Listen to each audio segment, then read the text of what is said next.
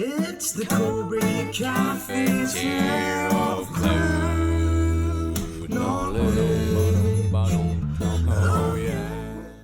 Asana's a project management tool that helps people stay on top of and manage tasks. We're all in different places and sometimes at different times. So with a distributed team, like synchronous communication, so being in the room at the same time where we're synchronized, or in video calls like this where we're synchronized, we can't do that. So we have to do what they call asynchronous communication. So these sorts of tools for a distributed team like this are absolutely vital to the organization functioning. We use Asana to manage projects for migrations. If we're moving customers from an on-premise legacy IT system over to Google Workspace, then we'll map out a migration project in Asana.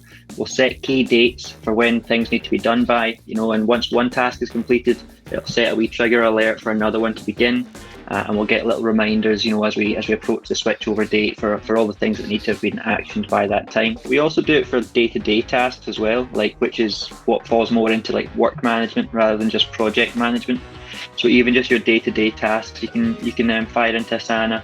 There's so much flexibility in Asana, and it's at the beginning can be quite overwhelming, but after you get that initial hurdle, it's quite liberating actually, because it's so flexible. So as you said, Gordon, you have the migrations team using it one way, you can have the marketing team using it another way, just like a Kanban board in terms of our blogs. Our blogs move from left to right in Kanban style, but then the dev team use the portfolios feature to go through the projects.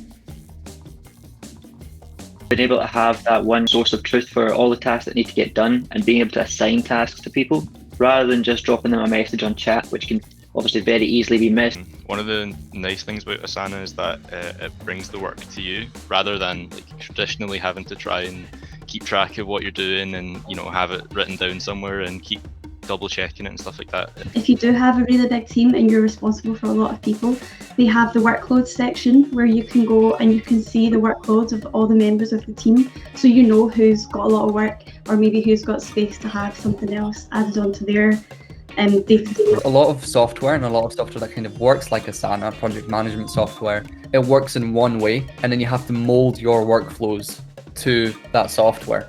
With Asana, because it's so flexible, it's more so you're flexing Asana to fit the way you work. One of the approaches that Asana takes that I think is really good is that you don't have to do a full domain deployment. You don't need to roll it out for all users. You can just do it for small teams, little pockets of the organization to kind of trial it out and test it. So if a marketing team leader was looking for a tool set that wasn't offered throughout the business anywhere else, they could pick up Asana for 5, 10, 15 users and see how it goes.